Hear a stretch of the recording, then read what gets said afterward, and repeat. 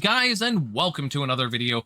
Today we are going to be talking about the Season 9 mechanic, the Abyss Gate. I'm going to go through and show exactly what it is and everything, and obviously we're going to talk about how difficult it is and whatnot. Okay, probably going to be a very short one, but let's get into it.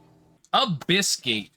So, first thing to know about Abyss Gate is you can't access it until statue level 20. Now, it wouldn't matter if you could access it before that because it is fairly difficult, and with that, it would be pointless for you to be able to do it before that. You get 10 attempts a day, unless you get tickets through other sources, and it increases with difficulty as you go up. There's honestly not much more to know about the mechanic itself other than that. After you beat stage 1, you can do stage 2. You can go all the way up to stage 100. And people have already done it. Now, obviously, they're using super high-end stuff. My main character is currently on stage 10 and struggling, and he's fairly strong. So, difficulty is very, very high. Is it impossible for a player who's playing seasonal and not a whale? Well, I am currently playing solo self-found, and I'm going to prove that I'm playing solo self-found for the people that are whining last season about me playing solo self-found. If you go to my offering, you can see right here, I have not purchased a single thing from the auction house. Anyways, got that out of the way.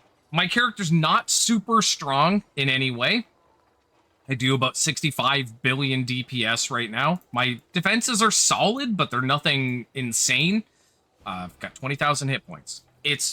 I'm not in like ultra mega gear. Most of my stuff is nowhere near optimized or ancient or anything. I don't have super ridiculous stuff in the lacrima or anything. So there, it's not completely undoable for people that are playing normally. You don't have to be a whale to do this content. With that said, it is very difficult for me currently to do the content, but getting it out of the way that people, I wanted to address that right up front, that people are saying it's completely impossible for anyone who's not a whale or any of that. Now, obviously, the different builds are going to have different issues with it, but there you go. So, quick, let's talk about the rest of the stuff in there. So, what's going to happen in there? I'm going to show a short clip at some point. You're going to go in and fight a normal map. It's not timed or anything else. The only difference is there are like 5 to 7 packs of 3 champion pack.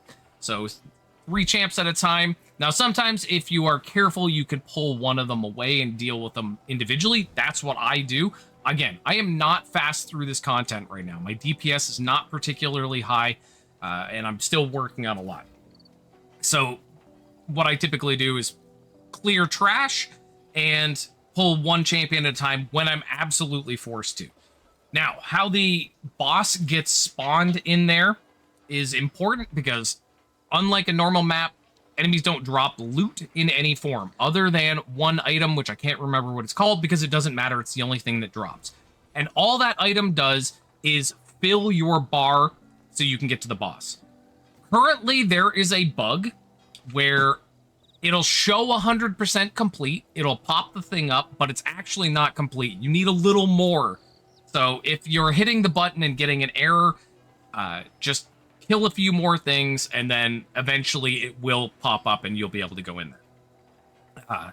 That's it. That's the whole map, is just killing those things and picking up that stuff. When you get to the boss, you know what? We're going to put this in a separate second. Okay, so here is the thing I was talking about. You can see that I am, in theory, done, but if I hit the thing, I'll get unidentified information. Currently, it is just that the thing does not have enough XP. We're just going to kill another pack here.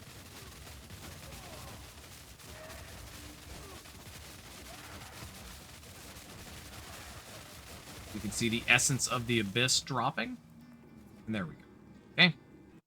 Okay, so we're going to go in here and fight the boss. I will probably speed up the actual fight, but just so you can see how the fight goes. Or how I mean, it's just a normal fight, but you can see in terms of your character versus what I have so you can have an idea if you can get through it or not. The maps that you can get are from the entire map pool. That means that you will be getting the bosses that come with each of those maps. Sometimes, if you have a boss that you really, really hate and you get that map, you're going to have trouble. Some of the bosses, because of the mechanics that they normally you wouldn't have to deal with, can be really problematic in these harder difficulty. If anybody has like a one-shot mechanic that normally you can avoid because you can just kill them before it happens, that's not going to happen this time. Well, I mean, maybe you're really strong. I don't know.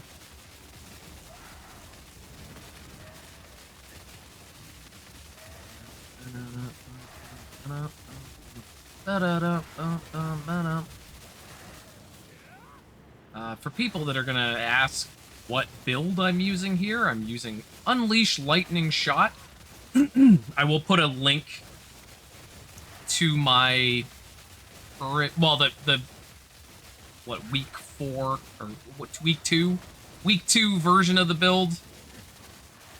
Obviously, I still have a lot of stuff to work on for it, but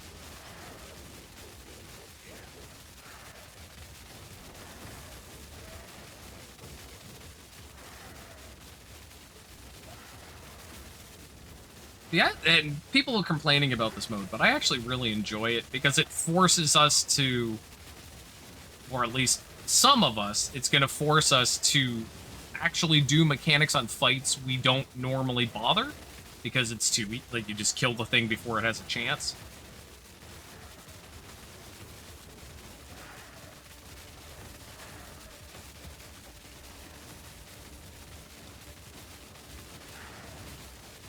And dead. Okay, now, I just did a thing that I was going to say. So, one thing you want to make sure you do is turn off auto disassemble. Because the gear that you pick up in here has a chance to have an extra jewel slot. It's the only way you can get them.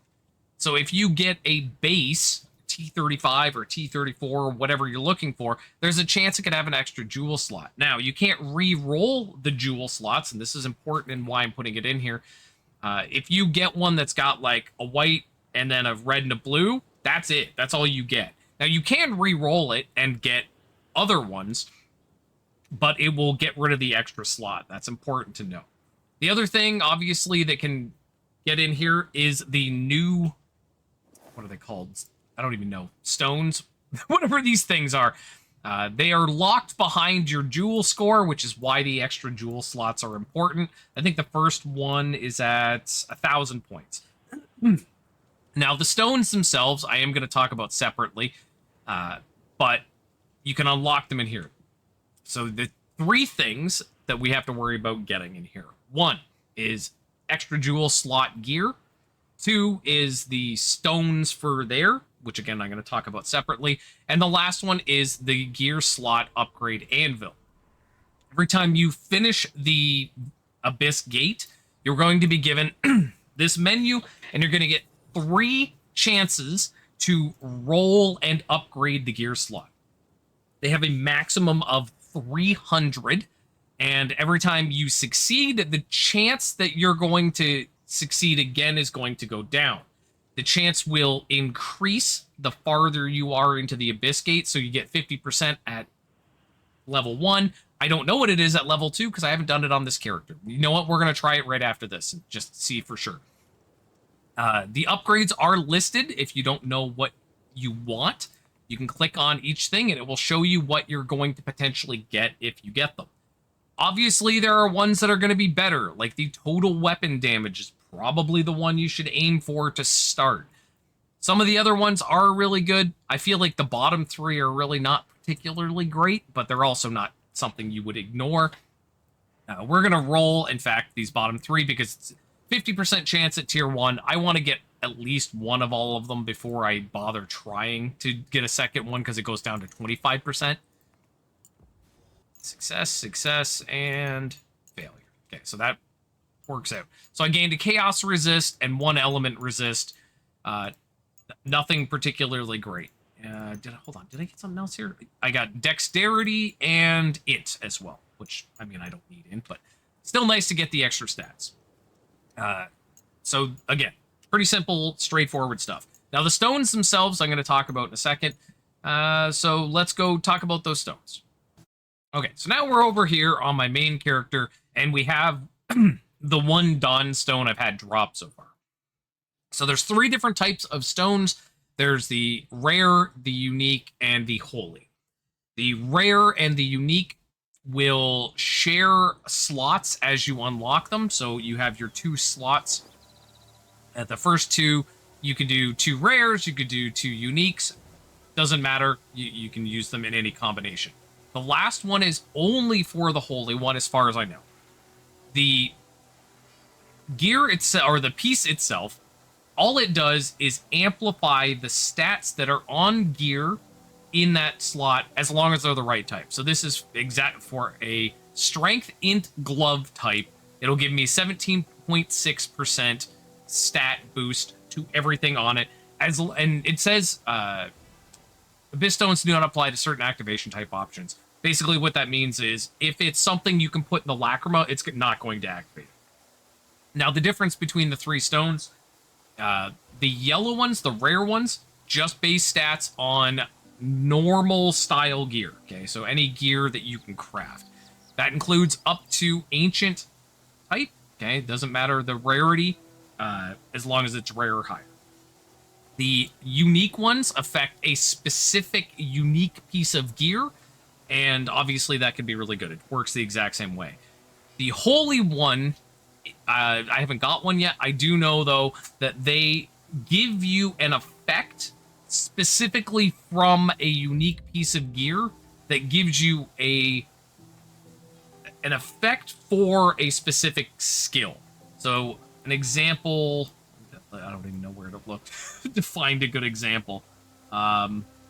So here's one. I don't know if this is necessarily one of the stones, but this is an example of it. This directly affects Thunderbolt skill. So this would be one of the stones. And all it's going to do is give you that effect. So instead of having to wear the Transcendent Akuben's Thunderbolt to get the changes Thunderbolt's lightning bolt cycle to 0.5 seconds, you would just get that on a stone. Obviously, this gives a ton of options for things you could do. When it comes to uniques, that the piece itself is bad, but the effect on the piece is good. Something like, I'm trying to think, like specifically more the weapon ones that have things that are for a specific skill, but the weapon itself sucks because it's a low level, or it doesn't have good stats overall.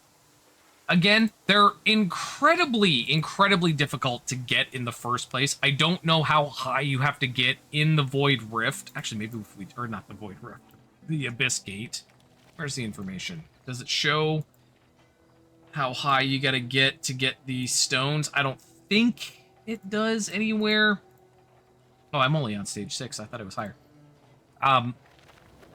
The stones themselves, though, are very hard to get. And then not only are they hard to get, but you get the first slot at 1,000 jewel score. Okay. And then you get another one at 1,500 points, which is very hard to get to.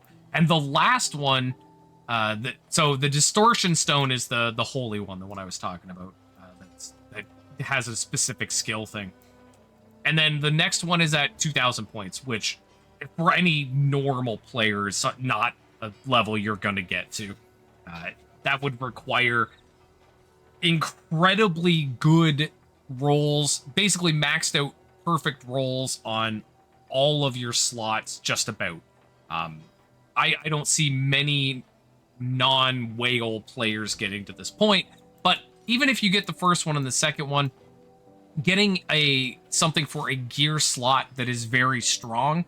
So let's say hitting like your chest piece or something, or your helmet that has a bunch of really good effects on it, getting a boost to all of those things is really, really strong. Okay, that's it really for the whole thing. There's not much to the actual mechanic. There is a lot of great stuff.